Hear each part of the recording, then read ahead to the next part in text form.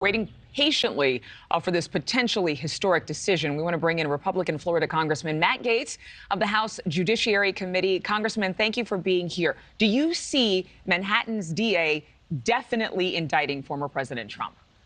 That is the expectation. He'll likely turn himself in New York at some point next week. And I'm concerned about the message that this sends all over the world, that America's moral authority will be zapped when there are despots in other parts of the globe who want to jail their political enemies, who want to arrest the prior administration, who want to ensure that their upcoming rivals don't have the opportunity to stand for election.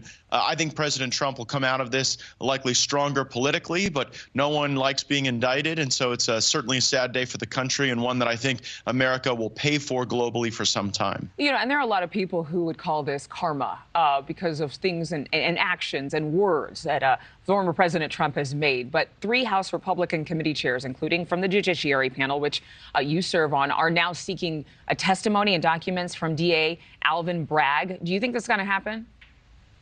It should, and we shouldn't perform criminal justice by virtue of karma, right? There actually has to be the adherence to facts and law. What Chairman Jordan and Chairman Steil and Chairman Comer have requested is testimony and information from Alvin Bragg regarding the extent to which the special counsel investigation, remember Robert Mueller in the days of accusing Donald Trump of being a Russian agent? Well, apparently that fizzled, but now it has germinated in the form of this state-based criminal charge. And this is a charge that would normally be a misdemeanor. It's been accelerated to a felony. This while New Yorkers are seeing Alvin Bragg reduce over half of the felonies to misdemeanors. So it's a bit of a reversal, of course, for him. I saw new data this morning from Reuters showing that 54% of the country believes that this is a political prosecution, and that's what the Congress will be looking into.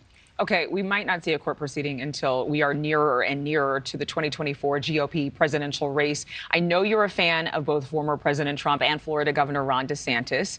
And though he's not officially said that he's running, there has been a lot of comparisons to the two men. He's now catching flack from Trump backers for seemingly taking a jab at Mr. Trump and all of the details surrounding this, some could say, lurid case. What are your thoughts on that?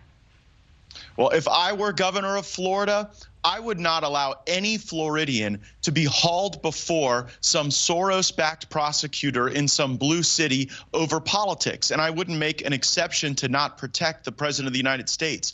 Ron DeSantis should be standing in the breach to stop any sort of extradition of President Trump from the state of Florida. And the fact that he's not doing so puts every Floridian at risk who could be the subject of a false allegation. I know Ron DeSantis well, he's a friend, but he hasn't been the target of false and persistent allegations like President Trump has. And so I don't think he really understands the nature of this fight right now. I think that it was a bit uncouth for him to take a jab at the former president. And there's a role for the governor of Florida here, I think, to stand up for our state, for the rule of law, and to push back against the Sorosization of the criminal justice system. You know, I got to get to this because I know how much time we have left. And I want to talk about this new bill you introduced. So there was a finding that there was malfeasance at the FBI's Washington field office, wrongdoing by the agency. So you, along with 5 other House Republicans, introduced a bill to halt spending for construction of their new field office there.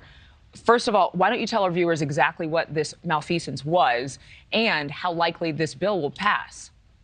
Well, the FISA process is one that the Inspector General of the Department of Justice has been very critical of. In virtually all of the 28 files that the Inspector General reviewed, we saw cases where information was missing, where material information had not been kept according to standards. And there is political capture of the FBI, but not in every field office. We have brave FBI agents in Miami and Texas, all over the country, all over the world, doing great things. But inside of Washington, D.C., there is unique political capture.